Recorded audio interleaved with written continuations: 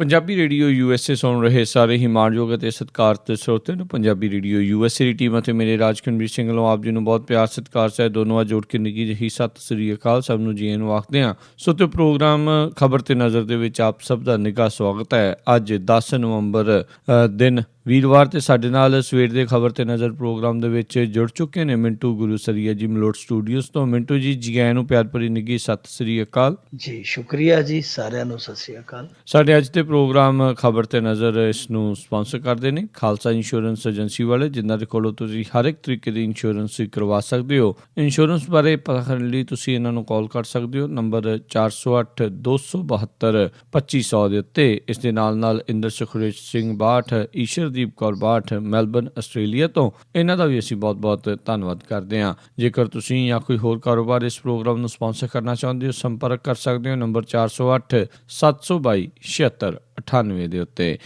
ਮਿੰਟੂ ਜੀ, ਗੱਲਬਾਤ ਸਿਲਸਿਲਾ ਸ਼ੁਰੂ ਕਰਦੇ ਹਾਂ। ਪੰਜਾਬ ਦੇ ਲਈ ਆਫਤ ਬਣ ਕੇ ਆਇਆ ਵੀਰਵਾਰ।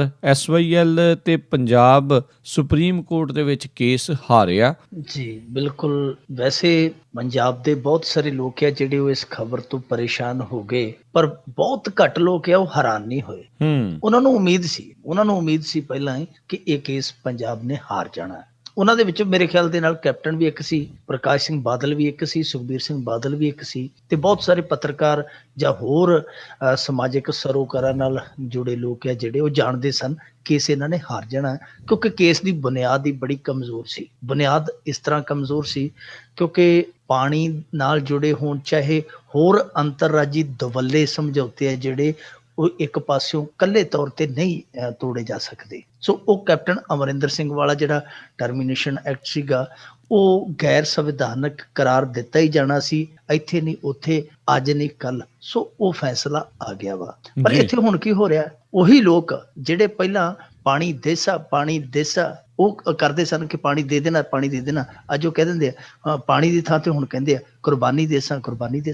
ਗੱਲ ਇੱਕੋ ਹੀ ਹੈ। ਉਦੋਂ ਪਾਣੀ ਦੇਸਾਂ ਕਹਿੰਦੇ ਸੀ, ਹੁਣ ਕੁਰਬਾਨੀ ਦੇਸਾਂ ਕਹਿੰਦੇ ਆ। ਕੈਪਟਨ ਨੇ ਅਸਤੀਫਾ ਜਿਹੜਾ ਲਿਖ ਕੇ ਜੇਬ 'ਚ ਹੀ ਪਾਇਆ ਹੋਇਆ ਸੀ, ਜਿਵੇਂ ਟੈਲੀਵਿਜ਼ਨ ਤੇ ਖਬਰ ਆਈ ਉਹਨੇ ਚੱਕ ਕੇ ਪਵਾ ਕੇ ਮਾਰਿਆ। ਨਾਲ ਹੀ ਇਹ ਖਬਰ ਆ ਗਈ ਕਿ ਕਾਂਗਰਸੀ ਜਿਹੜੇ ਵਿਧਾਇਕ ਆ ਉਹਨਾਂ ਨੇ ਵੀ ਅਸਤੀਫੇ ਦੇ ਦਿੱਤੇ। ਸੁਖਬੀਰ ਸਿੰਘ ਬਾਦਲ ਤੇ ਪ੍ਰਕਾਸ਼ ਸਿੰਘ ਬਾਦਲ ਉਹ ਵੀ ਪਹਿਲਾਂ ਹੀ ਚੰਡੀਗੜ੍ਹ ਬੈਠੇ ਸੀ, ਉਹਨਾਂ ਨੇ ਕੈਬਨਿਟ ਦੀ ਮੀਟਿੰਗ ਸੱਦ ਲਈ। ਉਹਨਾਂ ਨੇ ਆਪਣਾ ਸਾਰਾ ਕੈਬਨਿਟ ਬੁਲਾ ਕੇ ਇਹ ਐਲਾਨ ਕਰ ਦਿੱਤਾ ਕਿ ਅਸੀਂ ਮੁਹਿੰਮ ਚਲਾਵਾਂਗੇ ਜੀ, ਪਾਣੀ ਬਚਾਓ ਪੰਜਾਬ ਬਚਾਓ। 8 ਤਰੀਕ ਤੋਂ ਯਾਨੀ 8 ਦਸੰਬਰ ਤੋਂ ਅਸੀਂ ਮਹਾਂ ਇਕੱਠ ਕਰਾਂਗੇ, ਉਸ ਤੋਂ ਬਾਅਦ ਲਹਿਰ ਚਲਾਵਾਂਗੇ, ਅਸੀਂ ਪਾਣੀ ਨਹੀਂ ਦੇਵਾਂਗੇ, ਅਸੀਂ ਕੁਰਬਾਨੀ ਦੇ ਦਿਆਂਗੇ, ਅਸੀਂ ਇਹ ਕਰ ਦਿਆਂਗੇ, ਉਹ ਕਰ ਦਿਆਂਗੇ। ਜੋ ਡਰਾਮਾ ਉਹ ਪਿਛਲੇ ਕਈ ਸਾਲਾਂ ਤੋਂ ਕਰਦੇ ਪਏ ਉਹੀ ਡਰਾਮਾ ਜੋ ਕਰੀ ਜਾਂਦੇ ਆ। ਕੈਪਟਨ ਅਮਰਿੰਦਰ ਸਿੰਘ ਨੇ ਤਾਂ ਪਹਿਲਾਂ ਹੀ ਧਾਰ ਰੱਖੀ ਸੀ, ਉਹਨੇ ਪਹਿਲਾਂ ਹੀ ਕਿਹਾ ਸੀਗਾ ਕਿ ਮੈਂ ਅਸਤੀਫਾ ਦਿਆਂਗਾ, ਸਾਡੇ ਸਾਰੇ ਕਾਂਗਰਸੀ ਵਿਧਾਨਕਾਰ ਵੀ ਅਸਤੀਫਾ ਦੇਣਗੇ, ਦੇਤਾ।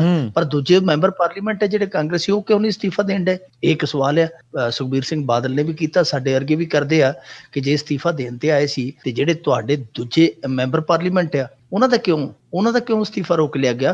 ਕਿਉਂਕਿ ਕੈਪਟਨ ਅਮਰਿੰਦਰ ਸਿੰਘ ਨੇ ਤੇ ਹੋਰ 2 ਮਹੀਨਿਆਂ ਨੂੰ ਵਿਧਾਨ ਸਭਾ ਇਲੈਕਸ਼ਨ ਲੜਨਾ, ਉਹਦਾ ਅਸਤੀਫਾ ਦਿੱਤਾ ਨਾ ਦਿੱਤਾ ਇੱਕੋ ਜਿਹਾ। ਜਿਹੜੇ ਮੈਂਬਰ ਪਾਰਲੀਮੈਂਟ ਆ ਜਿਹੜੇ ਦੂਜੇ, ਉਹ ਕਿਉਂ ਅੜ ਗਏ? ਖੈਰ ਇਹ ਬਹਿਸ ਦਾ ਵਿਸ਼ਾ ਨਹੀਂ, ਇਹਨਾਂ ਦੀ ਰਾਜਨੀਤੀ ਇਸੇ ਤਰ੍ਹਾਂ ਹੀ ਚੱਲਦੀ ਰਹਿਣੀ ਆ। ਇੱਕ ਧਿਰ ਨੇ ਹੁਣ ਕਹਿ ਦੇਣਾ ਜੀ ਅਸੀਂ ਵੇਖ ਲਓ ਉਹ ਪਾਣੀ ਦਾ ਮੁੱਦਾ ਸੀਗਾ ਜਿਹੜਾ ਉਹ ਖਿਲਾਫ ਆਇਆ ਤੇ ਅਸੀਂ ਅਸਤੀਫੇ ਦੇ ਦਿੱਤੇ। ਦੂਜੀ ਨੇ ਇਕੱਠ ਕਰਕੇ ਕਹਿਣਾ ਮਹਾਂ ਇਕੱਠ ਦੇ ਵਿੱਚ ਕਿ ਵੇਖ ਲਓ ਜੇ ਅਸੀਂ ਨਾ ਹੁੰਦੇ, ਅਸੀਂ ਨਾ ਅੜਦੇ ਤੇ ਗਿਆ ਸੀ ਕੰਮ। ਉਹਨੇ ਕਹਿਣਾ ਅਸਤੀਫਾ ਦਿੱਤਾ ਅਸੀਂ ਤੁਹਾਡੇ ਕਰਕੇ, ਦਿਓ ਵੋਟਾਂ। ਉਹਨਾਂ ਨੇ ਕਹਿਣਾ ਜੀ ਅਸੀਂ ਅੜੇ, ਸਾਨੂੰ ਦਿਓ ਵੋਟਾਂ।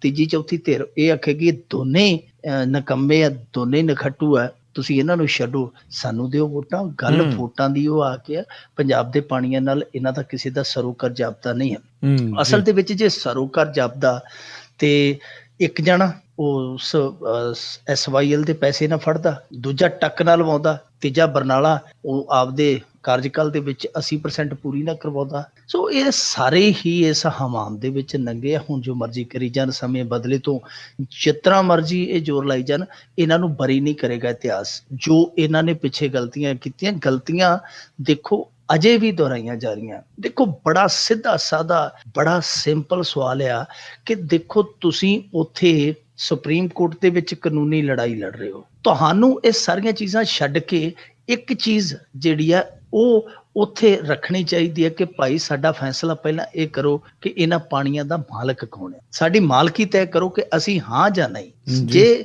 ਉਹ ਤੈਅ ਹੁੰਦੀ ਹੈ ਤਾਂ ਮੇਰੇ ਖਿਆਲ ਦੇ ਨਾਲ ਉੱਥੇ ਬਹੁਤ ਸਾਰੀਆਂ ਹੋਰ ਚੀਜ਼ਾਂ ਉਹ ਵੀ ਸਾਫ਼ ਹੋਣਗੀਆਂ। ਦੂਜੀ ਗੱਲ ਇਹ ਆ ਕਿ ਜਿਹੜੀ ਧਾਰਾ 5 ਆ ਜਾਂ 78 79 ਆ ਉਹਨੂੰ ਵੀ ਚੈਲੰਜ ਕੀਤਾ ਜਾ ਸਕਦਾ ਸੀਗਾ।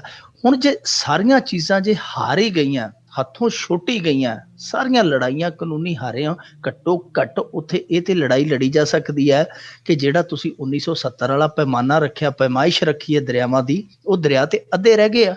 ਸਾਡੀ ਪੈਮਾਇਸ਼ ਤੇ ਦੁਬਾਰਾ ਕਰੋ। ਚਲੋ ਜੇ ਹਿੱਸਾ ਇਹਨਾਂ ਨੇ ਧਾਰ ਹੀ ਲਿਆ ਕਿ ਪੰਜਾਬ ਦਾ ਪਾਣੀ ਲੁੱਟਣਾ ਹੀ ਲੁੱਟਣਾ, ਖੋਣਾ ਹੀ ਖੋਣਾ ਹੈ, ਤੇ ਫਿਰ ਘੱਟੋ ਘੱਟ ਦੁਬਾਰਾ ਪੈਮਾਇਸ਼ ਤਾਂ ਹੋਵੇ, ਦੁਬਾਰਾ ਪੈਮਾਨੇ ਤਾਂ ਤੈਅ ਹੋਣ ਕਿ ਕਿਹਦੇ ਹੱਥ ਕਿੰਨਾ ਆਉਣਾ ਹੈ, ਕਿਹਦੇ ਹੱਥ ਕਿੰਨਾ ਆਉਣਾ ਹੈ। ਕਿਉਂਕਿ ਜੇ ਪਿੱਛੋਂ ਪਾਣੀ ਆਏਗਾ ਤਾਂ ਹੀ ਪੰਜਾਬ ਦੇਵੇਗਾ। ਹੁਣ ਪੰਜਾਬ ਆਪਣੀ ਹਿੱਕ ਚੋਂ ਕੱਢ ਕੇ ਕਿੰਨਾ ਕੁ ਦਿੱਤਾ ਜਾਊਗਾ। ਸੋ ਇਹ ਸਾਰੀਆਂ ਗੱਲਾਂ ਜਿਹੜੀਆਂ ਕੁੱਲ ਮਿਲਾ ਕੇ ਸਾਬਤ ਕਰਦੀਆਂ ਕਿ ਜਿਹੜੇ ਰਾਜਸੀ ਲੋਕ ਆ ਉਹਨਾਂ ਨੇ ਇਸ ਲੜਾਈ ਨੂੰ ਜਿੱਤਣ ਵਾਸਤੇ ਕਦੇ ਲੜਿਆ ਹੀ ਨਹੀਂ।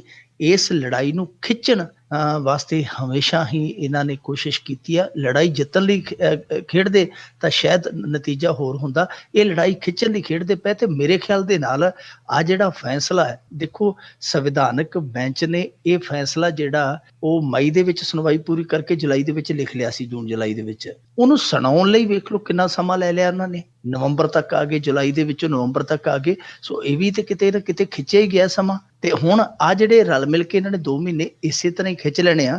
ਪਰ ਇਹਦੇ ਤੇ ਹੁਣ ਦੇਖੋ ਅਕਾਲੀ ਦਲ ਤੇ ਕਾਂਗਰਸ ਪੱਤਾ ਤੇ ਖੇਡਣ ਡਏ ਆ, ਇਹਦੇ ਤੇ ਅਕਾਲੀ ਦਲ ਨੂੰ ਪਤਾ ਉਲਟਾ ਵੀ ਪੈ ਸਕਦਾ ਹੈ। ਕਿਉਂਕਿ ਇਹਨਾਂ ਦੇ ਰਾਜ ਦੇ ਵਿੱਚ ਜਿਸ ਤਰੀਕੇ ਨਾਲ ਫੈਸਲਾ ਆਇਆ, ਲੋਕ ਇਹਨਾਂ ਤੋਂ ਪਹਿਲਾਂ ਹੀ ਡਾਢੇ ਖਫਾ ਆ, ਲੋਕ ਪਹਿਲਾਂ ਹੀ ਇਹਨਾਂ ਤੋਂ ਮਾਯੂਸ ਆ।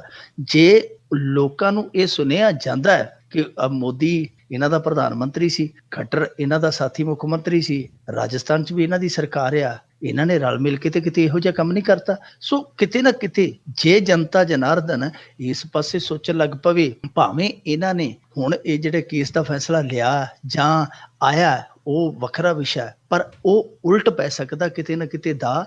ਦੂਜੇ ਪਾਸੇ ਕਾਂਗਰਸ ਦੀ ਜਿੱਥੋਂ ਤੱਕ ਗੱਲ ਹੈ, ਕਾਂਗਰਸ ਇਸ ਮੁੱਦੇ ਤੇ ਆਪਣੇ ਆਪ ਨੂੰ ਜਿੰਨਾ ਮਰਜ਼ੀ ਦੁੱਧ ਤੋਤਾ ਉਹ ਸਾਬਤ ਕਰੀ ਜਾਵੇ, ਪਰ ਜਿੰਨੀ ਉਹ ਗੁਨਾਹਗਾਰ ਆ ਓਨੀ ਤੇ ਮੇਰੇ ਖਿਆਲ ਦੇ ਨਾਲ ਇਸ ਖੇਡ ਦੇ ਵਿੱਚ ਕੋਈ ਵੀ ਪਾਰਟੀ ਨਹੀਂ। ਪਰ ਕੁੱਲ ਮਿਲਾ ਕੇ ਦੇਖੋ ਕਿ ਜਿਹੜੀਆਂ ਦੋਨੇ ਪਾਰਟੀਆਂ ਸਭ ਤੋਂ ਜ਼ਿਆਦਾ ਇਸ ਮਸਲੇ ਤੇ ਕਹਿ ਲਈਏ ਕਿ ਸਵਾਲਾਂ ਦੇ ਘੇਰੇ 'ਚ ਆ, ਜਿਨ੍ਹਾਂ ਨੇ ਸਭ ਤੋਂ ਜ਼ਿਆਦਾ ਖੇਡ ਖਿਲਾਰੀ, ਉਹੀ ਦੋਨੇ ਅੱਜ ਇਸ ਦੌੜ ਦੇ ਵਿੱਚ ਆ ਕਿ ਕੁਰਬਾਨੀ ਮੈਂ ਕਰੂੰ, ਉਹ ਕੁਰਬਾਨੀ ਮੈਂ ਕਰੂੰ। ਅੱਗੇ ਫਿਲਮ ਆਈ ਸੀ ਇੱਕ ਬਹੁਤ ਸਮਾਂ ਪਹਿਲਾਂ, ਕੌਣ ਕਰੇਗਾ ਕੁਰਬਾਨੀ, ਪਰ ਅੱਜ ਇੱਥੇ ਲੜਾਈ ਹੈ ਕਿ ਮੈਂ ਕਰਾਂਗਾ ਕੁਰਬਾਨੀ, ਮੈਂ ਕਰਾਂਗਾ ਕੁਰਬਾਨੀ।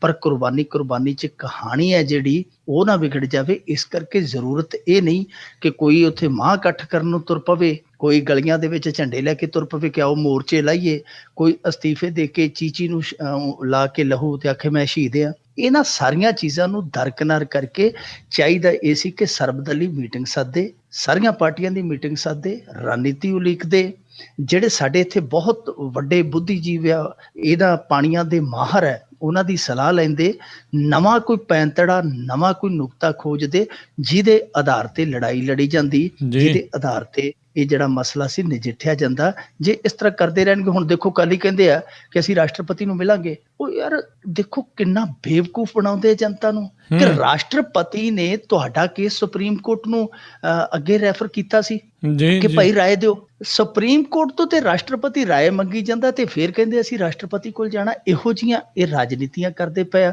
ਜਿਹੜੇ ਰਾਸ਼ਟਰਪਤੀ ਨੇ ਸੁਪਰੀਮ ਕੋਰਟ ਤੋਂ ਰਾਏ ਲੈ ਲਈ ਤੇ ਹੁਣ ਪ੍ਰਕਾਸ਼ ਸਿੰਘ ਬਾਦਲ ਦੇ ਕਹਿਣ ਤੇ ਉਹ ਕਿਵੇਂ ਕਹਿ ਦੇਗਾ ਕਿ ਹਾਂਜੀ ਸੁਪਰੀਮ ਕੋਰਟ ਦੀ ਜਿਹੜੀ ਰਾਏ ਆ ਉਹ ਕੋਈ ਮਾਇਨੇ ਨਹੀਂ ਰੱਖਦੀ। ਸੋ ਇਹਨਾਂ ਬੇਵਕੂਫ ਬਣਾਇਆ ਜਾ ਰਿਹਾ, ਪਰ ਇਹ ਨਹੀਂ ਹੋਣਾ ਚਾਹੀਦਾ। ਇਹਨਾਂ ਨੂੰ ਸਾਰਿਆਂ ਨੂੰ ਸਿਰ ਜੋੜ ਕੇ ਇੱਕ ਵਾਰੀ ਰਾਜਨੀਤੀ ਤੋਂ ਉੱਤੇ ਉੱਠ ਕੇ ਸੋਚਣਾ ਚਾਹੀਦਾ, ਵਿਚਾਰਨਾ ਚਾਹੀਦਾ।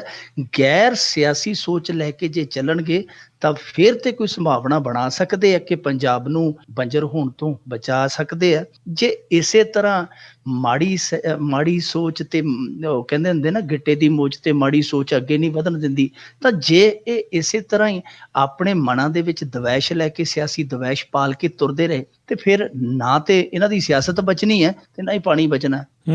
ਜੀ ਜੀ। ਤੇ ਮਿੰਟੂ ਜੀ ਅੱਗੇ ਵੱਧਦੇ ਹਾਂ। ਇੱਧਰ SYL ਨੂੰ ਲੈ ਕੇ ਵੀ ਹੁਣ ਹਾਹਾਕਾਰ ਹੀ ਆ, ਤੇ ਉੱਧਰ ਜਿਹੜਾ ਮੋਦੀ ਦਾ ਫੈਸਲਾ ਆ ਉਹਦੇ ਕਰਕੇ ਵੀ ਚਾਰੇ ਪਾਸੇ ਹਾਹਾਕਾਰ ਮਚੀ ਹੋਈ ਹੈ 500 1000 ਵਾਲੇ ਨੋਟਾਂ ਨੂੰ ਲੈ ਕੇ। ਰਾਜ ਕਰਨਵੀਰ ਸਿੰਘ ਜੀ, ਸਥਿਤੀਆਂ ਇਹ ਆ ਕਿ ਬਿਹਾਰ ਦੇ ਇੱਕ ਕਸਬੇ ਦੇ ਵਿੱਚ, ਮਧੇਪੁਰਾ ਉਹਦਾ ਨਾਮ ਹੈ ਸ਼ਾਇਦ, ਉੱਥੇ ਇੱਕ ਨੌਜਵਾਨ ਦੀ ਮਾਂ ਮਰ ਗਈ। ਉਹ ਕਫਨ ਲੈਣ ਗਿਆ ਬਾਜ਼ਾਰ ਦੇ ਵਿੱਚੋਂ, ਕੋਲ ਉਹਦੇ ਪੈਸੇ ਸਨ, ਮੁੱਠ ਦੇ ਵਿੱਚ 500 1000 ਦੇ ਨੋਟ ਸੀ। ਕਿਸੇ ਦੁਕਾਨਦਾਰ ਨੇ ਨੋਟ ਨਹੀਂ ਲਏ।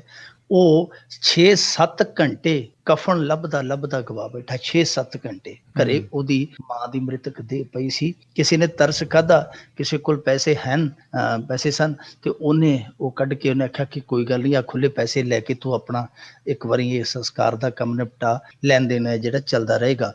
ਇਸੇ ਤਰ੍ਹਾਂ ਇੱਕ ਹੋਰ ਘਟਨਾ ਹੈ ਉੱਥੇ, ਮੇਰੇ ਖਿਆਲ ਦੇ ਨਾਲ ਉਹ ਯੂਪੀ ਦੀ ਘਟਨਾ ਹੈ। ਉੱਥੇ ਇੱਕ ਬਿਰਧ ਮਾਤਾ ਜਿਹੜੀ ਗੁਜ਼ਰ ਗਈ, ਉਹਦੀ ਉਮਰ 75 ਕੁ ਸਾਲ ਸੀ। ਉਹਦੇ ਵੀ ਘਰ ਵਾਲੇ, ਉਹਨਾਂ ਦੇ ਕੋਲ ਪੈਸੇ ਸਨ 500 ਦੇ ਨੋਟ, ਉਹ ਲੈ ਕੇ ਬਾਜ਼ਾਰ ਦੇ ਵਿੱਚ ਤੁਰੇ ਫਿਰਦੇ ਰਹੇ। ਕਿਸੇ ਨੇ ਸਮੱਗਰੀ ਨਹੀਂ ਦਿੱਤੀ, ਕਿਸੇ ਨੇ ਜੋ ਸੰਸਕਾਰ ਦੇ ਲਈ ਲੋੜੀਂਦੀਆਂ ਚੀਜ਼ਾਂ ਹੁੰਦੀਆਂ ਦਿੱਤੀਆਂ ਨਹੀਂ। ਇੱਕ ਵਿਅਕਤੀ ਦਾ ਨਵ ਜੰਮਿਆ ਬੱਚਾ ਸੀਗਾ ਜਿਹੜਾ ਉਹ ਇਸ ਦੁਨੀਆ ਤੋਂ ਕਹਿ ਲਈਏ ਕਿ ਦੁਨੀਆ ਵੇਖਣ ਤੋਂ ਪਹਿਲਾਂ ਹੀ ਸੰਸਾਰ ਦੇ ਵਿੱਚ ਆ ਕੇ ਚਲਾ ਗਿਆ, ਕਿਉਂਕਿ ਜਿਹੜੇ ਕੈਮਿਸਟ ਸੀਗੇ ਉਹ ਖੁੱਲੇ ਪੈਸੇ ਮੰਗ ਰਹੇ ਸੀ ਤੇ ਉਹਦੇ ਕੋਲ ਬੱਝੇ ਪੈਸੇ ਸੀ। ਇੱਥੋਂ ਤੱਕ ਗੱਲਾਂ ਗਈਆਂ ਚਲੀਆਂ ਕਿ ਨਵ ਜੰਮਿਆ ਬੱਚਾ ਜਿਹਨੇ ਹਾਲੇ ਕੁਝ ਸਮਾਂ ਪਹਿਲਾਂ ਸੰਸਾਰ ਤੇ ਕਦਮ ਰੱਖਿਆ ਤੇ ਉਹ ਇਸ ਸਿਸਟਮ ਦੇ ਤਾਣੇ ਬਾਣੇ ਤੋਂ ਕਹਿ ਲਈਏ ਕਿ ਰੁਖਸਤ ਵੀ ਹੋ ਗਿਆ।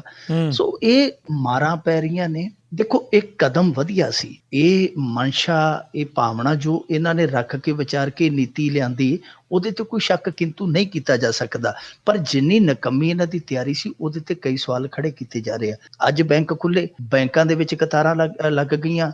ਬੈਂਕਾਂ ਦਾ ਕੰਮ ਸੀਗਾ ਜਿਹੜਾ ਬਹੁਤ ਸੁਸਤ ਸੀ, ਇੱਥੋਂ ਤੱਕ ਕਿ ਜਿਹੜੀ ਆਨਲਾਈਨ ਬੈਂਕਿੰਗ ਹੁੰਦੀ ਹੈ ਉਹਨਾਂ ਤੋਂ ਵੀ ਕਈ ਬੈਂਕਾਂ ਨੇ ਜਵਾਬ ਦੇ ਦਿੱਤਾ। ਕਈ ਬੈਂਕਾਂ ਦੇ ਵਿੱਚ ਨੋਟ ਪਹੁੰਚੇ ਹੀ ਨਹੀਂ। ਹਾਲਾਂਕਿ ਇਹਨਾਂ ਨੇ ਕਿਹਾ ਸੀ ਕਿ ਰਾਤ ਨੂੰ 12 ਵਜੇ ਅਸੀਂ ਕਰੰਸੀ ਹੈ ਜਿਹੜੀ ਉਹ ਸਾਰੀਆਂ ਥਾਵਾਂ ਤੇ ਪਸਾਰ ਦੇਵਾਂਗੇ, ਪਰ ਕਰੰਸੀ ਦਾ ਜਿਹੜਾ ਫਲਾਅ ਹੈ ਉਹ ਵੱਡੇ ਸ਼ਹਿਰਾਂ 'ਚ ਤੇ ਹੋ ਗਿਆ, ਪਰ ਹਾਲ ਦੀ ਘੜੀ ਛੋਟੇ ਸ਼ਹਿਰਾਂ ਦੇ ਵਿੱਚ ਨਹੀਂ ਹੋਇਆ। ਇੱਥੋਂ ਤੱਕ ਮਾਜਰਾ ਗਿਆ ਹੈ ਕਿ ਬਹੁਤ ਸਾਰੀਆਂ ਥਾਵਾਂ ਤੇ ਨੋਟ ਜਿਹੜੇ ਸੜਨ ਬਲਦੇ ਵੀ ਹੁਣ ਮੁੱਦੇ ਉੱਠਦੇ ਪਏ ਆ ਕਿ ਨੋਟ ਸਾੜੇ ਜਾ ਰਹੇ ਆ। ਜਿਹੜੇ ਕਾਲੇ ਧਨ ਵਾਲੇ ਆ ਉਹ ਆਪੋ ਆਪਣਾ ਕਾਲਾ ਧਨ ਜਿਆਦਾ ਟਿਕਾਣੇ ਲਾ ਰਹੇ ਆ। ਕਈਆਂ ਨੇ ਸਾਡੇ ਇੱਥੇ ਲੁਧਿਆਣੇ ਦੇ ਵਿੱਚ 50,000 ਨੂੰ 60,000 ਨੂੰ ਸੋਨਾ ਹੀ ਤੋਲਾ ਸੋਨੇ ਦਾ ਖਰੀਦ ਲਿਆ, 50,000 ਨੂੰ ਤੋਲਾ ਸੋਨਾ। ਸੋ ਉਹ ਵੀ ਤੇ ਕਾਲਾ ਧਨ ਹੀ ਹੈ ਨਾ। ਤੇ ਜਿਨ੍ਹਾਂ ਨੇ ਖਰੀਦਿਆ ਉਹ ਵੀ ਕਾਲੇ ਧਨ ਵਾਲੇ ਆ, ਜਿਨ੍ਹਾਂ ਨੇ ਵੇਚਿਆ ਉਹ ਵੀ ਕਾਲੇ ਧਨ ਵਾਲੇ ਆ। ਸੋ ਉਹਨਾਂ ਦੀ ਧੰਨ ਹੋ ਗਈ, ਦੋਵਾਂ ਪਾਸਿਓਂ ਧੰਨ ਹੋ ਗਈ। ਕਾਲੇ ਧਨ ਤੇ ਸਟ੍ਰਾਈਕ ਕਰਨ ਵਾਲੇ ਜਿਹੜੇ ਲੋਕ ਆ, ਉਹਨਾਂ ਲਈ ਇੱਕ ਹੋਰ ਸਵਾਲ ਅੱਜ ਖੜਾ ਹੋ ਗਿਆ। ਯੂਪੀ ਦੇ ਵਿੱਚ ਇੱਕ ਕਾਰ ਫੜੀ ਸਵਿਫਟ, ਉਹਦੀ ਤਲਾਸ਼ੀ ਲਈ 3 ਕਰੋੜ ਰੁਪਈਆ ਨਿਕਲਿਆ। ਪਤਾ ਲੱਗਿਆ ਕਿ ਉਹ ਕਾਰ ਹੈ ਜਿਹੜੀ ਉਹ ਭਾਰਤੀ ਜਨਤਾ ਪਾਰਟੀ ਦੇ ਬਹੁਤ ਵੱਡੇ ਲੀਡਰ ਦੀ ਹੈ। ਉਹਨੂੰ ਪੁੱਛਿਆ ਜਾ ਕੇ, ਹਾਂ ਭਾਈ ਤੂੰ ਇੰਨਾ ਰੁਪਈਆ ਕਿੱਥੇ ਲੈ ਕੇ ਚੱਲਿਆ ਸੀ? ਤੇ ਉਹਦਾ ਜਵਾਬ ਸੁਣ ਕੇ ਦੰਗ ਰਹਿ ਜਾਓਗੇ। ਉਹਨੇ ਆਖਿਆ ਤੁਸੀਂ ਇਹ ਪੁੱਛਣ ਵਾਲੇ ਕੌਣ ਹੁੰਦੇ ਹੋ ਕਿ ਮੈਂ ਪੈਸਾ ਕਿੱਥੇ ਲੈ ਕੇ ਚੱਲਿਆ? ਮੈਂ ਤੇ ਪਾਰਟੀ ਨੂੰ ਫੰਡ ਦੇਣ ਚੱਲਿਆ ਸੀ। ਪੁਲਿਸ ਵਾਲਿਆਂ ਕੋਲ ਕੋਈ ਜਵਾਬ ਹੀ ਹੈ ਨਹੀਂ ਸੀ ਦੂਜਾ, ਕਿਉਂਕਿ ਇੱਥੇ ਪਾਰਟੀ ਫੰਡ ਦੇ ਨਾਂ ਤੇ ਜੋ ਮਰਜ਼ੀ ਕਰਾਈ ਜਾਓ, ਕੋਈ ਕਾਨੂੰਨ ਹੀ ਹੈ ਨਹੀਂ। ਉਹ ਇਸ ਤਰ੍ਹਾਂ ਬਚ ਨਿਕਲਿਆ, ਕਹਿੰਦਾ ਜੀ ਪਾਰਟੀ ਦਾ ਫੰਡ ਆ, ਤੁਸੀਂ ਕੌਣ ਹੁੰਦੇ ਰੋਕਣ ਵਾਲੇ? ਸਾਡੀ ਪਾਰਟੀ ਦਾ ਫੰਡ ਹੈ, ਮੈਂ ਤਾਂ 3 ਕਰੋੜ ਹੈ ਜਿਹੜਾ ਪਾਰਟੀ ਫੰਡ ਦੇਣ ਚੱਲਿਆ। ਹੁਣ ਇਹ ਵੀ ਕੰਮ ਚੰਗਾ ਕਿ ਮੰਨ ਲਓ ਜੇ ਕੋਈ ਪੈਸਾ ਇੱਧਰ ਉੱਧਰ ਕਰਦਾ ਫਿਰਦਾ, ਰਾਹ ਦੇ ਵਿੱਚ ਕਿਤੇ ਨਾਕਾ ਲੱਗਾ, ਕਿਤੇ ਟੰਗਿਆ ਗਿਆ ਬੰਦਾ, ਤੇ ਉਹ ਕਹਿ ਸਕਦਾ ਕਿ ਮੈਂ ਤਾਂ ਫਲਾਣੀ ਪਾਰਟੀ ਦਾ ਵਰਕਰ ਹੈ ਭਾਈ। ਆਇਡੈਂਟੀ ਕਾਰਡ ਤੇ ਅੱਜ ਕੱਲ੍ਹ ਹਰੇਕ ਹੀ ਬਣਾਈ ਫਿਰਦੇ, ਬਿੱਲਾ ਵੀ ਲਾਈ ਫਿਰਦੇ ਆ, ਆਈ ਪ੍ਰਾਊਡ ਟੂ ਫਲਾਣਾ, ਆਈ ਪ੍ਰਾਊਡ ਟੂ ਵੀ ਧਮਕਾਣਾ। ਸੋ ਉਹ ਕਹਿ ਸਕਦਾ ਕਿ ਹਾਂ ਭਾਈ ਮੈਂ ਤਾਂ ਪੈਸੇ ਦੇਣ ਚੱਲਿਆ ਸੀ। ਇਹ ਨਵਾਂ ਹੀ ਕੰਮ ਚੱਲ ਪਿਆ ਕਿ ਜਿਹੜੇ ਲੋਕ ਇੱਧਰ ਉੱਧਰ ਧੰਦਾ ਕਰਦੇ ਪਏ ਪੈਸਿਆਂ ਦਾ, ਉਹ ਕਹਿੰਦੇ ਕਿ ਅਸੀਂ ਫਲਾਣੀ ਪਾਰਟੀ ਨਾਲ ਅਸੀਂ ਫੰਡ ਦਿੰਦੇ ਹਾਂ, ਫਲਾਣੀ ਪਾਰਟੀ ਤੋਂ ਫੰਡ ਲੈਂਦੇ ਆ, ਕਰਦੇ ਆ, ਉਹ ਕਰਦੇ ਆ। ਪਰ ਮਸਲਾ ਹੈ ਕਿ ਜੇ ਕਾਲੇ ਧਨ ਤੇ ਸਟ੍ਰਾਈਕ ਕਰਨੀ ਹੈ ਤੇ ਤੁਸੀਂ ਇਹਨਾਂ ਪਾਰਟੀਆਂ ਨੂੰ ਵੀ ਲਿਆਓ ਘੇਰੇ ਦੇ ਵਿੱਚ। ਦੂਜੀ ਗੱਲ, ਕਾਲੇ ਧਨ ਦਾ ਜਿਹੜਾ ਏਡਾ ਵੱਡਾ ਮਸਲਾ ਨਿਕਲਿਆ ਸੀ ਪਨਾਮਾ ਪੇਪਰ, ਜਿਹਦੇ ਚ ਅਮਿਤਾਭ ਬੱਚਨ ਉਰਫ ਲੰਬੂ, ਉਹਦੀ ਨੂੰਹ, ਉਹਦਾ ਪੁੱਤ, ਸਾਰੇ ਹੀ ਨਾਮਜ਼ਦ ਸਨ। ਉਹਦੇ ਤੇ ਕੋਈ ਪੜਤਾਲ ਨਹੀਂ ਕੀਤੀ ਗਈ। ਸੋ ਇਹ ਕਾਲੇ ਧਨ ਦੀ ਜਿਹੜੀ ਸਟ੍ਰਾਈਕ ਆ, ਉਹਨੇ ਸਟ੍ਰਾਈਕ ਨੇ 99% ਜਨਤਾ ਨੂੰ ਫਾਇ ਟੰਗ ਛੱਡਿਆ। ਜਿਹੜੀ 1% ਜਨਤਾ ਜਿਹਦੇ ਕੋਲ ਇਸ ਮੁਲਕ ਦੀ 60% ਪੂੰਜੀ ਹੈ, ਉਹਨਾਂ ਨੂੰ ਕੋਈ ਟੈਨਸ਼ਨ ਨਹੀਂ, ਕੋਈ ਚਿੰਤਾ ਨਹੀਂ। ਜਦ ਕਿ ਹੋਣਾ ਇਹ ਚਾਹੀਦਾ ਸੀ ਕਿ ਉਸ 1% ਜਿਹਦੇ ਕੋਲ 60% ਮੁਲਕ ਦੀ ਪੂੰਜੀ ਹੈ, ਉਹਨਾਂ ਨੂੰ ਵੱਟ ਦਿੱਤਾ ਜਾਂਦਾ, ਪਰ ਵੱਟ ਦਿੱਤਾ ਗਿਆ 99% ਜਨਤਾ ਨੂੰ। ਅੱਜ ਦਾ ਦੌਰ ਇਹੋ ਜਿਹਾ ਹੈ, ਅੱਜ ਦਾ ਸਮਾਂ ਇਹੋ ਜਿਹਾ ਹੈ ਕਿ ਕਿਸੇ ਨੇ ਪਾਈਆ ਪੱਤੀ ਲੈਣੀ ਹੈ, 100 ਗ੍ਰਾਮ ਦੁੱਧ ਲੈਣਾ ਹੈ, ਉਹਦੇ ਲਈ ਮੁਸ਼ਕਲ ਖੜੀ ਹੋ ਗਈ ਹੈ। ਜਦ ਕਿ ਜਿਹੜੇ ਵੱਡੇ ਸਰਮਾਏਦਾਰ ਆ, ਜਿਨ੍ਹਾਂ ਤੇ ਇਹ ਮੁਸ਼ਕਲ ਆਉਣੀ ਚਾਹੀਦੀ ਸੀ, ਉਹ ਆਰਾਮ ਨਾਲ ਆਪਣੀ ਧੰਦੇਬਾਜ਼ੀ ਕਰਦੇ ਪਏ ਆ। ਸਗੋਂ ਜਿਹੜੇ ਦਲਾਲ ਆ, ਉਹ ਤੇ ਕਮਾਈ ਕਰਨ ਡਿਆ ਇਸ ਸੌਦੇ ਚੋਂ। ਲਿਆ 1000 ਦਾ 800 ਲੈ ਜਾ, ਲਿਆ 500 400 ਲੈ ਜਾ, ਉਹ ਤੇ ਕਮਾਈ ਕਰਨ ਡਿਆ। ਮੈਂ ਵਾਰ-ਵਾਰ ਕਹਿ ਰਿਹਾ ਸੀਗਾ, ਉਸ ਦਿਨ ਵੀ ਅਸੀਂ ਜਿਸ ਦਿਨ ਇਹਨਾਂ ਨੇ ਨੀਤੀ ਹੋਂਦ 'ਚ ਲਿਆਂਦੀ, ਆਪਾਂ ਉਸ ਦਿਨ ਵੀ ਇਹ ਚਰਚਾ ਕੀਤੀ ਸੀਗੀ ਕਿ ਇਹਨਾਂ ਨੇ ਤਿਆਰੀ ਲਈ ਜਿਹੜਾ ਉਹ ਸਮਾਂ ਨਹੀਂ ਲਿਆ ਤੇ ਉਹ ਅੱਗੇ ਜਾ ਕੇ ਲੋਕਾਂ ਨੂੰ ਭੁਗਤਣਾ ਪਵੇਗਾ। ਸੋ ਅੱਜ ਅਸੀਂ ਕਹਿ ਸਕਦੇ ਕਿ ਇਹਨਾਂ ਦੀ ਨਾਕਸ ਤਿਆਰੀ ਨੇ ਜਿਹੜੀ ਇਹ ਐਡੀ ਵਧੀਆ ਨੀਤੀ ਇਹਨਾਂ ਨੇ ਲਿਆਂਦੀ ਸੀ, ਉਹ ਬਹੁਤ ਹੱਦ ਤੱਕ ਪ੍ਰਭਾਵਿਤ ਕੀਤੀ ਹੈ। ਆਉਣ ਵਾਲੇ 2-4 ਦਿਨਾਂ 'ਚ ਜੇ ਸਥਿਤੀ ਨਾ ਸੰਭਲੀ ਤੇ ਭਾਜਪਾ ਨੂੰ ਫਾਇਦੇ ਦੀ ਥਾਂ ਤੇ ਦਾ ਨੁਕਸਾਨ ਹੋਵੇਗਾ। ਜੀ ਜੀ ਜੀ। ਤੇ ਮਿੰਟੂ ਜੀ ਅੱਗੇ ਵੱਧਦੇ ਹਾਂ। ਹਸਪਤਾਲ ਵਿੱਚ ਜ਼ੇਰੇ ਇਲਾਜ ਰਾਜੋਆਣਾ ਨੇ ਹੜਤਾਲ ਖਤਮ ਕੀਤੀ। ਰਾਜੋਆਣਾ ਸਾਹਿਬ ਇਹ ਵੱਖਰੀ ਧੁਨ ਦੇ ਆਦਮੀ ਆ। ਇਹ ਬੇਅੰਤ ਸਿੰਘ ਕਤਲ ਦੇ ਕੇਸ ਦੇ ਵਿੱਚ ਜਿੰਨੇ ਕੇਸਵਾਰ ਸੀ, ਉਹਨਾਂ ਸਾਰਿਆਂ ਦੇ ਵਿੱਚੋਂ ਇਹ ਵੱਖਰੇ ਚੱਲੇ। ਜਨਾਬ ਹੋਰਾਂ ਨੇ ਆਖਿਆ ਕਿ ਮੈਂ ਆਪਦਾ ਕੇਸ ਨਹੀਂ ਲੜਦਾ, ਕੇਸ ਛੱਡ ਦਿੱਤਾ।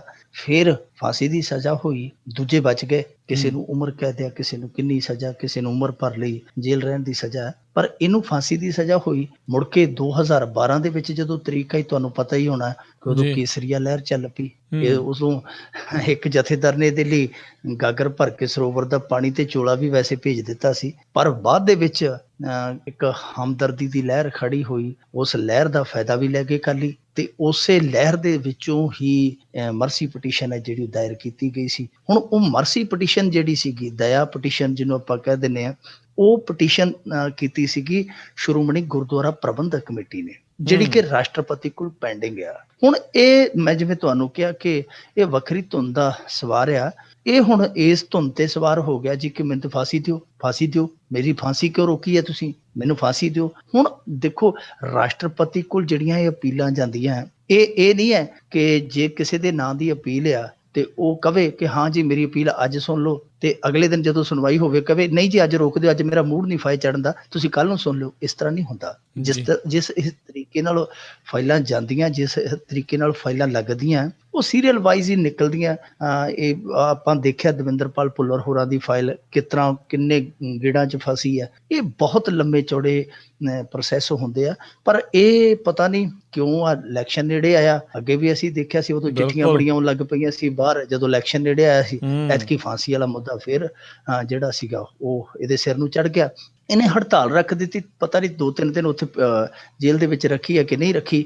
ਹਸਪਤਾਲ ਆ ਗਿਆ। ਵੈਸੇ ਵੀ ਜਦੋਂ ਇਹਨੇ ਹਸਪਤਾਲ ਦਾ ਕਿਤੇ ਗੇੜਾ ਲਾਉਣਾ ਹੋਵੇ, ਕਹਿ ਦਿੰਦਾ ਦੰਦ ਦੁਖਦਾ ਮੇਰਾ, ਤੇ ਇਹਨੂੰ ਹਸਪਤਾਲ ਵੀ ਲੈ ਆਉਂਦੇ ਆ। ਐਤਕੀ ਭੁੱਖ ਹੜਤਾਲ ਦੇ ਨਾਮ ਤੇ ਹਸਪਤਾਲ ਰਿਹਾ 1-2 ਦਿਨ, ਪਰ ਬਾਅਦ ਦੇ ਵਿੱਚ ਅੱਜ ਕਿਰਪਾਲ ਸਿੰਘ ਬਡੂੰਗਰ ਇਹਦੇ ਕੋਲ ਪਹੁੰਚੇ ਅਚਨਚੇਤ। ਉਹਨਾਂ ਨੇ ਜੂਸ ਜਾਸ ਪਿਲਾ ਕੇ ਤੇ ਭੁੱਖ ਹੜਤਾਲ ਜਿਹੜੀ ਖਤਮ ਕਰ ਦਿੱਤੀ। ਨਾਲ ਹੀ SGPC ਦਾ ਉਹਨਾਂ ਨੇ ਇੱਕ ਵਫਦ ਜਿਹੜਾ ਉਹ ਕਾਇਮ ਕਰ ਦਿੱਤਾ ਕਿ ਇਹ ਹੁਣ ਪੈਰਵਾਈ ਕਰੇਗਾ ਮਸਲੇ ਦੀ ਪੈਰਵਾਈ ਹੁਣ ਰਾਸ਼ਟਰਪਤੀ ਦੇ ਕੋਲ ਉਹ ਵਫਦ ਕਰਦਾ ਹੈ ਕਿ ਨਹੀਂ ਕਰਦਾ, ਉਹ ਤੇ ਸਮਾਂ ਦੱਸੇਗਾ। ਪਰ ਜੋ ਰਾਜੋਆਣਾ ਨੇ ਸੋਚਿਆ ਕਿ ਇਹ ਮੌਕਾ ਹੈ, ਮੌਕੇ ਤੇ ਚੌਕਾ ਲੱਗ ਸਕਦਾ ਹੈ, ਐਸਾ ਕੁਝ ਵੀ ਨਹੀਂ ਹੋਇਆ। ਉਹਦੀ ਹੜਤਾਲ ਦਾ ਕਿਸੇ ਨੇ ਨੋਟਿਸ ਹੀ ਨਹੀਂ ਲਿਆ। ਜੀ ਜੀ ਜੀ, ਬਿਲਕੁਲ ਜੀ। ਤੇ ਅੱਗੇ ਵਧਦੇ ਆਪਾਂ ਮਿੰਟੂ ਜੀ, ਵੀ ਪੰਜਾਬ ਦੀ ਸਿਆਸਤ ਦੀਆਂ ਗਿਣਤੀਆਂ ਮਿਣਤੀਆਂ ਕਹਿੰਦੇ ਵਿਗੜੀਆਂ ਕਾਲੇ ਧਨ ਤੇ ਹੋਏ ਸਟ੍ਰਾਈਕ ਤੇ। ਦੇਖੋ, ਮੈਂ ਅੱਗੇ ਕਹਿ ਕੇ ਆਇਆ ਨਾ ਕਿ ਕਾਲਾ ਧਨ ਹੈ ਜਿਹੜਾ, ਉਹ ਸਭ ਤੋਂ ਜ਼ਿਆਦਾ ਸਿਆਸਤ ਦੇ ਵਿੱਚ ਚਿੱਟਾ ਹੁੰਦਾ ਆ ਕੇ, ਕਿਉਂਕਿ ਇੱਥੇ ਨਾ ਤੇ ਕੋਈ ਟੈਕਸ ਆ, ਨਾ ਕੋਈ ਇਹੋ ਜਿਹਾ ਨੇਮ ਕਾਇਦਾ ਆ ਕਿ ਪੁੱਛ ਪੜਤਾਲ ਹੋਵੇ ਕਿੱਧਰੋਂ ਆਇਆ ਕਿੱਧਰੋਂ ਨਹੀਂ ਆਇਆ। ਇਹ ਇੱਥੇ ਬਹੁਤ ਜ਼ਿਆਦਾ ਕਹਿ ਲਈਏ ਧਾਂਦਲੇਬਾਜ਼ੀ ਹੁੰਦੀ ਹੈ ਇਸ ਮਾਮਲੇ ਦੇ ਵਿੱਚ। ਜੋ ਪਾਰਟੀਆਂ ਫੰਡ ਇਕੱਠਾ ਕਰਦੀਆਂ ਤੇ ਫਿਰ ਉਹ ਅੱਗੇ ਖਰਚ ਕਰਦੀਆਂ, ਮਸਲਾ ਇਹ ਨਹੀਂ। ਹੁਣ ਦੇਖੋ, ਪਿੱਛੇ ਜੇ ਇੱਕ ਜਦੋਂ UPA ਸਰਕਾਰ ਹੁੰਦੀ ਸੀ ਤੇ ਭਾਜਪਾ ਨੇ ਇੱਕ ਬਹੁਤ ਵੱਡੇ ਮੁੱਦੇ ਤੇ ਰੌਲਾ ਪਾਇਆ ਸੀ ਕਿ ਇਹ ਫਲਾਣੀ ਇਹਨਾਂ ਨੇ ਫਰਮ ਤੋਂ ਜੀ ਚੰਦਾ ਲਿਆ। ਉਹ ਕੰਪਨੀ ਦਾ ਨਾਂ ਸੀ ਸ਼ਾਇਦ ਵਿਧਾਂਤਾ, ਇਹੋ ਜਿਹੀ ਕੰਪਨੀ ਸੀ, ਬਦਨਾਮ ਸੀ ਉਹ। ਆਖੇ ਜੀ ਇਹਦੇ ਤੋਂ ਚੰਦਾ ਲਿਆ, ਇਹਨਾਂ ਨੇ ਚੰਦਾ ਲਿਆ। ਉਦੋਂ ਬਹੁਤ ਰੌਲਾ ਪਾਇਆ ਇਹਨਾਂ ਨੇ, ਤੇ ਬਾਅਦ ਦੇ ਵਿੱਚ ਜਦੋਂ ਭਾਜਪਾ ਦਾ ਨਾਂ ਵੀ ਆ ਗਿਆ ਕਿ ਉਸੇ ਕੰਪਨੀ ਨੇ ਭਾਜਪਾ ਨੂੰ ਵੀ ਦਿੱਤਾ ਚੰਦਾ, ਫਿਰ ਚੁੱਪ ਕਰ ਗਏ, ਫਿਰ ਬੋਲੇ ਨਹੀਂ। ਸੋ ਇਹ ਬਹੁਤ ਸਾਰੀਆਂ ਗੜਬੜੀਆਂ। ਹੁਣ ਪੰਜਾਬ ਦੀ ਜੇ ਗੱਲ ਕਰੀਏ, ਇੱਥੇ ਬਹੁਤ ਵੱਡੇ ਪੱਧਰ ਤੇ ਕਾਲਾ ਧਨ ਵਰਤਿਆ ਜਾਂਦਾ ਹੈ, ਹੂੰ ਕਿਉਂਕਿ ਇੱਥੇ ਪੰਜਾਬ ਦੇ ਵਿੱਚ ਐਸੀ ਵੋਟ ਹੈ, ਉਹਦੀ ਚੰਗੀ ਭਲੀ ਫੀਸਦੀ ਹੈ, ਚੰਗੀ ਭਲਾ ਉਹਦਾ ਇੱਕ ਤਬਕਾ ਹੈ ਜੋ ਵੋਟ ਪੈਸੇ ਲੈ ਕੇ ਭੁਗਤਦੀ ਹੈ। ਇੱਕ ਨਸ਼ੈੜੀ ਵੋਟ ਆ, ਉਹਦਾ ਵੀ ਇੱਕ ਵੱਡਾ ਤਬਕਾ ਹੈ। ਸੋ ਉਹ ਸਮੀਕਰਨ ਕਿਤੇ ਨਾ ਕਿਤੇ ਪ੍ਰਭਾਵਿਤ ਕਰਦੇ ਆ। ਐਤਕੀ ਅੰਦਾਜ਼ਾ ਸੀਗਾ ਕਿ ਘੱਟੋ ਘੱਟ 15,000 ਕਰੋੜ ਰੁਪਇਆ ਜਿਹੜਾ ਉਹ ਕਾਲੇ ਧਨ ਦਾ ਇੱਥੇ ਲਗਾਉਣਾ ਸੀ। ਪਰ ਹੁਣ ਜਿਵੇਂ ਹੀ ਵਾਪਰ ਗਿਆ ਭਾਣਾ, ਮੋਦੀ ਨੇ ਨੋਟਬੰਦੀ ਕਰ ਦਿੱਤੀ ਹੈ। ਵੈਸੇ ਚੁਟਕਲੇ ਬਣ ਗਏ ਆ, ਕਹਿੰਦੇ ਜੀ ਬਾਗੋਂ में बहार है, बैंकों में कतार है, साहब जापान को फरार है। ਸੋ ਮੋਦੀ ਸਾਹਿਬ ਤੇ ਚਲੇ ਗਏ। ਉਹ ਇੱਥੇ ਵਕਤ ਕਈਆਂ ਨੂੰ ਪਾ ਕੇ ਗਿਣਤੀਆਂ ਮਿਣਤੀਆਂ, ਕਈਆਂ ਦੀਆਂ ਜਿਹੜੀਆਂ ਉਹ ਘਟਾ ਵਧਾ ਕੇ ਉਹ ਜਿਹੜਾ 1500 ਕਰੋੜ ਰੁਪਈਆ ਦੱਸਦੇ ਸੀਗੇ ਕਿ ਜੀ ਇੱਥੇ ਲਗਾਉਣਾ ਆ, ਉਹ ਕਿਤੇ ਨਾ ਕਿਤੇ ਹਾਲ ਦੀ ਘੜੀ ਪੈਂਤੜੇਬਾਜ਼ੀ ਹੈ ਜਿਹੜੀ ਬਦਲਦੀ ਲੋੜ ਪਵੇਗੀ ਇਹਨਾਂ ਨੂੰ, ਕਿਉਂਕਿ ਕੁਛ ਹੱਦ ਤੱਕ ਇਸ ਮਾਮਲੇ 'ਚ ਅੰਕੁਸ਼ ਲੱਗੇਗਾ। ਪਰ ਮੇਰੇ ਖਿਆਲ ਦੇ ਨਾਲ, ਮੇਰਾ ਜਿੱਥੋਂ ਤੱਕ ਜ਼ਿਆਤੀ ਤੌਰ ਤੇ ਮੰਨਣਾ ਹੈ, ਕੋਈ ਬਹੁਤਾ ਫਰਕ ਨਹੀਂ ਪੈਣਾ। ਇਹਨਾਂ ਦੇ ਕੋਲ ਬੜੇ ਸਾਧਨ ਆ ਧਾਰਮਿਕ ਡੇਰੇ ਕਦੋਂ ਕਮਾਉਣੇ ਆ, ਜਿਹੜੇ ਇਹਨਾਂ ਦੇ ਆਪਣੇ ਛੱਡੇ ਹੋਏ ਐਕਟਰ ਆ, ਫਲਾਣੇ ਕਲਾਕਾਰ ਹੈ, ਇਹ ਬਹੁਤ ਸਾਰੇ ਇਹਨਾਂ ਦੇ ਆਪਣੇ ਚੇਲੇ ਚਪਟੇ ਹਰੇਕ ਪ੍ਰੋਫੈਸ਼ਨ ਦੇ ਵਿੱਚ ਉਹ ਮਾਹਰ ਆ।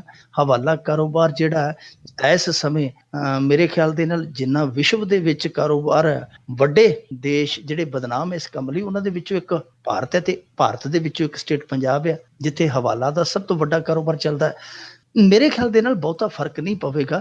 ਹਾਂ, ਯੂਪੀ ਦੇ ਵਿੱਚ ਥੋੜਾ ਬਹੁਤਾ ਫਰਕ ਪੈ ਸਕਦਾ, ਪਰ ਜਿੱਥੋਂ ਤੱਕ ਚੋਣਾਂ ਦੇ ਖਰਚਿਆਂ ਦੀ ਗੱਲ ਆ, ਜੇ ਚੋਣਾਂ ਦੇ ਖਰਚੇ ਦੀ ਆਪਾਂ ਗੱਲ ਕਰੀਏ ਤਾਂ ਉਹ ਮਹਿਜ਼ 70 ਲੱਖ ਰੁਪਇਆ ਮੈਂਬਰ ਪਾਰਲੀਮੈਂਟ ਲਈ ਤੈਅ ਕੀਤਾ ਹੋਇਆ। ਜਿਹੜਾ ਵਿਧਾਇਕ ਆ ਉਹਦੇ ਲਈ 28 ਲੱਖ ਰੁਪਈਆ। ਪਰ ਜੇ ਗੱਲ ਕਰੀਏ ਕਿ ਉਹ ਖਰਚਾ ਕਿੰਨਾ ਹੁੰਦਾ ਹੈ, ਤਾਂ ਮੇਰੇ ਖਿਆਲ ਦੇ ਨਾਲ ਜੋ ਤੈਅ ਖਰਚਾ ਉਹਦੇ ਤੋਂ ਤਾਂ ਕਿਤੇ ਇਹ ਜਿਹੜੀ ਸੂਈ ਹੈ ਤਾਂ ਚਲੀ ਜਾਂਦੀ ਹੈ। ਮੈਨੂੰ ਯਾਦ ਆ ਐਤਕੀ ਜਦੋਂ ਸਰਕਾਰ ਬਣੀ ਹੈ ਮੋਦੀ ਦੀ, ਤੇ ਇਹਦਾ ਇੱਕ ਮੰਤਰੀ ਹੁੰਦਾ ਸੀ ਗੋਪੀਨਾਥ ਮੁੰਡੇ, ਜਿਹੜਾ ਸਹੁੰ ਚੁੱਕਣ ਤੋਂ ਬਾਅਦ, ਪਦ ਗ੍ਰਹਿਣ ਕਰਨ ਤੋਂ ਬਾਅਦ ਥੋੜੇ ਦਿਨ ਬਾਅਦ ਹੀ ਮਰ ਗਿਆ ਸੀ ਐਕਸੀਡੈਂਟ ਦੇ ਵਿੱਚ। ਉਹ ਪ੍ਰਮੋਦ ਮਹਾਜਨ ਦਾ ਭਣਵਈਆ ਸੀ, ਹੁਣ ਤੇ ਦੋਨੇ ਸਾਲਾ ਭਣਵਈਆ ਇਸ ਸੰਸਾਰ ਦੇ ਵਿੱਚ ਨਹੀਂ। ਗੋਪੀਨਾਥ ਮੁੰਡੇ ਜਦੋਂ 2014 ਦੀ ਚੋਣ ਜਿੱਤਿਆ, ਚੋਣ ਜਿੱਤਣ ਤੋਂ ਬਾਅਦ ਉਹਨੇ ਆਖਿਆ ਕਿ ਮੇਰਾ ਜਿਹੜਾ ਇਸ ਵਾਰੀ ਖਰਚਾ ਯਾਰ ਬਹੁਤ ਹੋ ਗਿਆ। ਸਰਕਾਰਾਂ ਨੇ ਪੁੱਛਿਆ ਜੀ ਖਰਚਾ ਕਿੰਨਾ ਕੁ ਹੋ ਗਿਆ, ਉਹਨੇ ਆਖਿਆ ਐਤਕੀ ਸੂਈ ਹੈ ਜਿਹੜੀ ਉਹ 8 ਕਰੋੜ ਤੇ ਚਲੇ ਗਈ ਹੈ। ਹੁਣ ਦੇਖੋ ਤੈਅ ਖਰਚਾ ਹੈ ਜਿਹੜਾ ਉਹ 70 ਲੱਖ ਆ, ਤੇ ਉਹ ਕਹਿੰਦਾ ਕਿ ਮੇਰੀ ਸੂਈ ਹੈ ਜਿਹੜੀ ਉਹ 8 ਕਰੋੜ ਤੇ ਚਲੇ ਗਈ ਹੈ। ਇਹਦਾ ਮਤਲਬ ਹੈ ਕਿ ਜਿਹੜਾ ਤੈਅ ਖਰਚਾ ਹੈ ਉਹਦੇ ਤੋਂ ਤਾਂ ਕਿਤੇ ਉਹਨੇ ਸੂਈ ਟਪਾ ਦਿੱਤੀ। ਜਦ ਕਿ ਐਤਕੀ 2014 ਦੇ ਵਿੱਚ ਜਿਹੜੇ ਹਲਫਨਾਮੇ ਦਿੱਤੇ ਆ ਮੈਂਬਰ, ਜਿਹੜੇ ਮੈਂਬਰ ਪਾਰਲੀਮੈਂਟ ਜਿੱਤੂ ਹੋਏ ਆ, ਉਹਨਾਂ ਦੇ ਵਿੱਚੋਂ 500 ਤੋਂ ਉੱਤੇ ਇਹੋ ਜਿਹੇ ਆ ਜਿਨ੍ਹਾਂ ਨੇ ਕਿਹਾ ਜੀ ਜਿਹੜਾ ਤੈਅ ਸੀਮਾ ਦਾ ਖਰਚਾ ਸੀ ਸਾਡਾ ਤਾਂ 50% ਖਰਚ ਹੋਇਆ। ਸੋ ਇਹ ਮੰਨਣ 'ਚ ਨਹੀਂ ਆਉਂਦਾ ਕਿ 30-35 ਹਜ਼ਾਰ 'ਚ ਚੋਣ ਲੜ ਲੈਂਦੇ ਆ।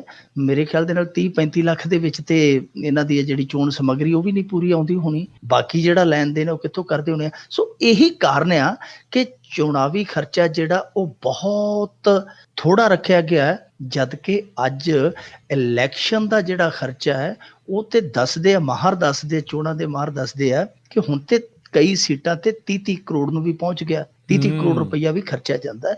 ਇਸ ਕਰਕੇ ਕਾਲਾ ਧਨ, ਕਿਉਂਕਿ ਉਹਦੀ ਇੱਕ ਲਿਮਟ ਆ, ਜਿਹੜਾ ਤੈਅ ਸੀਮਾ ਦੇ ਵਿੱਚ ਖਰਚ ਕਰਨਾ ਉਹ ਫਿਰ ਤੁਹਾਨੂੰ ਵਿਖਾਉਣਾ ਵੀ ਪਏਗਾ ਭਾਈ ਕਿੱਥੋਂ ਲਿਆਂਦਾ, ਤੁਸੀਂ ਕਿੱਥੋਂ ਵਰਤਿਆ, ਉਹਦੀਆਂ ਰਿਟਰਨਾਂ ਵੀ ਭਰਨੀਆਂ ਪੈਣਗੀਆਂ। ਪਰ ਜਿਹੜਾ ਉਤਲਾ ਖਰਚ ਹੁੰਦਾ 70 ਲੱਖ ਤੋਂ, ਉਹ ਫਿਰ ਉਹੀ ਸਮਝ ਲਓ ਤੁਸੀਂ ਜਿਹੜਾ ਨੁਕਰਾਂ ਚੋਂ ਨਿਕਲਦਾ, ਤੇ ਨੁਕਰਾਂ 'ਚ ਕਿਹਨਾਂ ਨੇ ਪਾਇਆ ਹੁੰਦਾ ਉਹ ਤੁਸੀਂ ਭਲੀ ਭਾਂਤ ਜਾਣਦੇ ਹੀ ਆ। ਬਿਲਕੁਲ ਜੀ।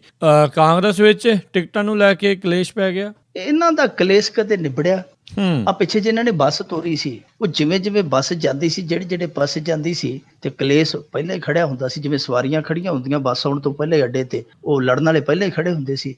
ਜਲੰਧਰ ਦੇ ਵਿੱਚ ਗਏ ਨੂਰਮਹਿਲ ਦੇ ਕੋਲ, ਉੱਥੇ ਛਿੱਤਰੋ ਛਿੱਤਰੀ, ਪਾਇਲ ਦੇ ਕੋਲ ਉੱਥੇ ਗਏ ਦੁਰਾਹੇ ਦੇ ਕੋਲ, ਉੱਥੇ ਛਿੱਤਰੋ ਛਿੱਤਰੀ, ਇੱਧਰ ਗਿੱਦੜਵੇ ਨੂੰ ਆਏ ਤਾਂ ਛਿੱਤਰੋ ਛਿੱਤਰੀ, ਹਰੇਕ ਥਾਂ ਤੇ ਛਿੱਤਰੋ ਛਿੱਤਰੀ ਹੈ। ਜੇ ਉਹ ਛਿੱਤਰੋ ਦਾਲ ਵੰਡਣ ਵਾਲਾ ਸਿਲਸਿਲਾ ਕੈਪਟਨ ਨੇ ਰੋਕਿਆ ਅੱਖ ਵੇਖ ਕੇ, ਤੇ ਇਹ ਹੁਣ ਇੱਕ ਦੂਜੇ ਦੀਆਂ ਟੰਗਾਂ ਖਿੱਚਣ ਲੱਗ ਪਏ। ਅਸਲ ਦੇ ਵਿੱਚ ਕਾਂਗਰਸ ਦੀ ਜਿਹੜੀ ਕਹਿ ਲਈਏ ਬਿਮਾਰੀ ਹੈ ਨਾ, ਉਹ ਇਹ ਆ, ਰੋਗ ਕਾਂਗਰਸ ਨੂੰ ਜਿਹੜਾ ਅਸਲੀ ਉਹ ਆ ਕਿ ਇਹਦੇ 'ਚ ਲੀਡਰ ਜ਼ਿਆਦੇ ਆ, ਵਰਕਰ ਥੋੜੇ ਆ। ਜਿਹੜੇ ਆਪਣੇ ਆਪ ਨੂੰ ਵਰਕਰ ਸਮਝਦੇ ਉਹਨਾਂ ਦੀ ਗਿਣਤੀ ਬੜੀ ਘੱਟ ਆ। ਜਿਹੜੇ ਆਪਣੇ ਆਪ ਨੂੰ ਲੀਡਰ ਤੇ ਕਾਂਗਰਸ ਦਾ ਸਰਬਰਾਹ ਸਮਝਦੇ ਆ ਉਹਨਾਂ ਦੀ ਗਿਣਤੀ ਬਹੁਤ ਜ਼ਿਆਦਾ ਹੈ। ਇੱਥੇ ਹਾਲ ਇਹ ਹੈ ਕਿ ਜਿਹੜੇ ਉੱਤੇ ਮਾਂ ਪੁੱਤ ਬੈਠੇ ਆ ਉਹ ਉਸ ਤਰ੍ਹਾਂ ਸਲਾਹ ਗਿਆ, ਜਿਹੜਾ ਇੱਥੋਂ ਜਾਂਦਾ ਕਾਰ ਤੇ ਲੜ ਕੇ ਘੁਲ ਕੇ ਭੱਜ ਜਾਂਦਾ ਉਹਦੇ ਸਿਰ ਤੇ ਹੱਥ ਰੱਖ ਦਿੰਦੇ ਆ ਕਿ ਕੋਈ ਗੱਲ ਨਹੀਂ, ਤੂੰ ਚੱਲੀ ਚੱਲ, ਜਿਵੇਂ ਚੱਲਦਾ ਅਸੀਂ ਤੇਰੇ ਨਾਲ ਆ। ਜੇ ਦੂਜਾ ਜਾਂਦਾ ਕਾਰ ਲੈ ਕੇ ਦੂਜੇ ਦਿਨ ਤੇ ਉਹਨੂੰ ਕਹਿ ਦਿੰਦੇ ਤੂੰ ਵੀ ਖਿੱਚੀ ਚੱਲ ਕਾਂਟਾ, ਅਸੀਂ ਤੇਰੇ ਨਾਲ ਆ। ਉਹ ਕਿਸੇ ਨੂੰ ਵੀ ਨਹੀਂ ਮੋੜਦੇ, ਉਹ ਐਡੇ ਦਿਆਨਤਦਾਰ ਆ, ਉਹ ਕਿਸੇ ਨੂੰ ਵੀ ਨਹੀਂ ਮੋੜਦੇ। ਉਹ ਕਹਿੰਦੇ ਕਿ ਚੱਕੀ ਚੱਲੋ ਫੱਟੇ। ਇੱਥੇ ਹੁਣ ਮਸਲਾ ਇਹ ਆ ਕਿ ਕਾਂਗਰਸ ਦੀ ਬੇੜੀ ਆ ਜਿਹੜੀ ਉਹ ਕਿਨਾਰੇ ਲੱਗਦੀ ਨਜ਼ਰ ਆਉਂਦੀ ਹੈ। ਕੈਪਟਨ ਨੇ ਬੜੀ ਮਿਹਨਤ ਕੀਤੀ ਹੈ। ਕੈਪਟਨ ਦੀ ਰਾਜਨੀਤੀ ਚਾਹੇ ਕਿਸੇ ਤਰ੍ਹਾਂ ਦੀ ਵੀ ਹੋਵੇ, ਕੈਪਟਨ ਕਿਸੇ ਤਰ੍ਹਾਂ ਦਾ ਵੀ ਸਿਆਸੀ ਕਿਰਦਾਰ ਰੱਖਦਾ ਹੋਵੇ, ਪਰ ਇੱਕ ਚੀਜ਼ ਸਾਨੂੰ ਪ੍ਰਵਾਨ ਕਰਨੀ ਪਵੇਗੀ ਕਿ ਕੈਪਟਨ ਨੇ ਜਿੰਨੀ ਮਿਹਨਤ ਕੀਤੀ ਹੈ ਕਾਂਗਰਸ ਦੀ ਡੁੱਬਦੀ ਬੇੜੀ ਨੂੰ ਉਹ ਤਣ ਪੱਤਨ ਕਿਤੇ ਨਾ ਕਿਤੇ ਲਾਉਣ ਦੇ ਵਿੱਚ ਕਾਮਯਾਬ ਰਿਹਾ। ਅੱਜ ਜਿਹੜੀ ਪੋਜੀਸ਼ਨ ਦੇ ਵਿੱਚ ਕਾਂਗਰਸ ਇਹ ਦਾਅਵਾ ਠੋਕ ਰਹੀ ਹੈ ਕੈਪਟਨ ਦੀ ਮਿਹਨਤ ਦਾ ਹੀ ਸਿੱਟਾ ਹੈ। ਪਰ ਹੋਇਆ ਕੀ ਕਿ ਜਿਹੜੀ ਕੈਪਟਨ ਦੇ ਦੂਜੇ ਪਾਸੇ ਧਿਰ ਆ ਉਹਨੂੰ ਇਹ ਚੀਜ਼ਾਂ ਨਾਗਵਾਰ ਗੁਜ਼ਰਦੀਆਂ।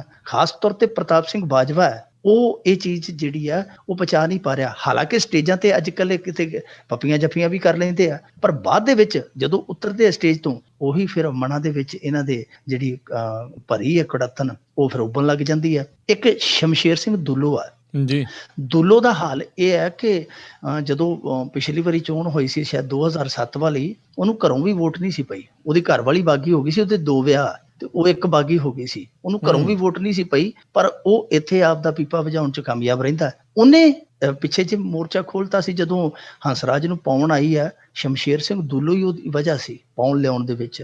ਫਿਰ ਉਸ ਤੋਂ ਬਾਅਦ ਉਹਨੇ ਹੰਸਰਾਜ ਹੰਸ ਦੇ ਖਿਲਾਫ ਬੜਾ ਮੋਰਚਾ ਖੋਲਿਆ ਜੀ, ਇਹ ਕਰਦਾ ਉਹ ਕਰਦਾ।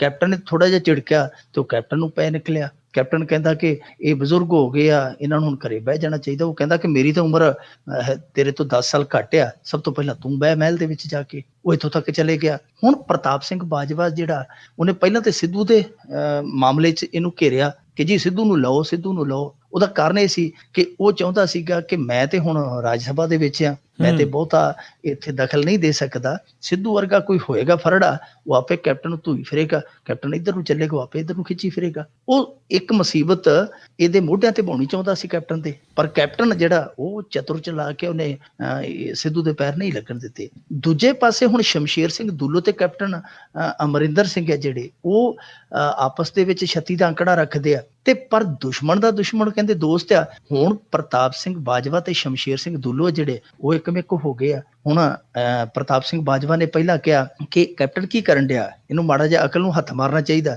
ਇਹ ਤੇ ਕਾਲੀ ਪਾਰਟੀ ਲਿਆ ਕੇ ਬਣਾਉਣ ਡਿਆ, ਜਿਹੜਾ ਵੀ ਕਾਲੀ ਨੂੰ ਮਿਲਦਾ ਉਹਨੂੰ ਸਾਫਾ ਪਾ ਕੇ ਲੈ ਆਉਂਦਾ, ਇਹ ਤੇ ਕੱਲ ਨੂੰ ਟਿਕਟਾਂ ਦੇਊਗਾ ਇਹਨਾਂ ਨੂੰ। ਜਦ ਕਿ ਪਟਨਾ, ਉਹ ਕਹਿੰਦਾ ਕਿ ਪਟਨਾ ਦਾ ਮਤਾ ਪਾਇਆ ਹੋਇਆ ਪਟਨੇ ਦੇ ਵਿੱਚ ਕਾਂਗਰਸ ਨੇ ਕਿ 3 ਸਾਲ ਤੱਕ ਨਾ ਤੇ ਉਹਨੂੰ ਕੋਈ ਅਹੁਦਾ ਦਿੱਤਾ ਜਾ ਸਕਦਾ, ਨਾ ਟਿਕਟ ਦਿੱਤੀ ਜਾ ਸਕਦੀ, ਜਿਹੜਾ ਦੂਜੀ ਪਾਰਟੀ ਚ ਆਉਂਦਾ। ਅੱਜ ਸ਼ਮਸ਼ੇਰ ਸਿੰਘ ਦੁੱਲੋ ਨੇ ਵੀ ਉਹੀ ਤਾਣ ਠੋਕੀ, ਉਹਨੇ ਆਖਿਆ ਪਟਨਾ ਦਾ ਜਿਹੜਾ ਮਤਾ ਹੈ ਉਹਦੇ ਤੇ ਪਹਿਰਾ ਦੇਣਾ ਚਾਹੀਦਾ।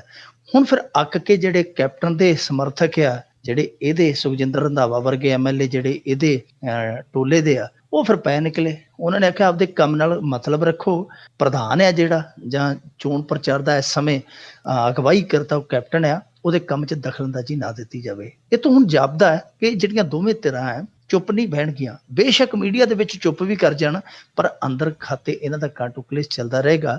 ਇਹਨਾਂ ਨੂੰ ਸਮਝਣਾ ਚਾਹੀਦਾ ਹੈ, ਜੇ ਨਾ ਸਮਝੇ ਬੇਸ਼ੱਕ ਇਹ ਨੁਕਸਾਨ ਕੈਪਟਨ ਦਾ ਕਰ ਰਹੇ ਹੁਣ, ਪਰ ਕੈਪਟਨ ਦਾ ਨੁਕਸਾਨ ਘੱਟ ਹੋਏਗਾ, ਇਹਨਾਂ ਦੀ ਪਾਰਟੀ ਦਾ ਜ਼ਿਆਦਾ ਹੋਏਗਾ। ਅੱਗੇ 9-10 ਸਾਲ ਇਹਨਾਂ ਨੇ ਛਿੱਤਰ ਖਾਧੇ ਆ, ਜੇ ਇਸੇ ਤਰ੍ਹਾਂ ਲੜਦੇ ਰਹੇ ਫਿਰ 5 ਸਾਲ ਖਾਈ ਜਾਣਗੇ। ਇਹਨਾਂ ਨੂੰ ਸੋਚਣਾ ਚਾਹੀਦਾ ਹੈ ਕਿ ਕਲਾ ਕਲੰਦਰ ਵਸੇ, ਘੜੀਆਂ ਪਾਣੀ ਨਸੇ। ਜੀ ਜੀ, ਅਗਲੀ ਗੱਲ ਕਰੀਏ ਮਿੰਟੂ ਜੀ, ਵੀ ਅਰਵਿੰਦ ਕੇਜਰੀਵਾਲ 20 ਤਰੀਕ ਤੋਂ ਪੰਜਾਬ ਦੇ ਦੌਰੇ ਤੇ।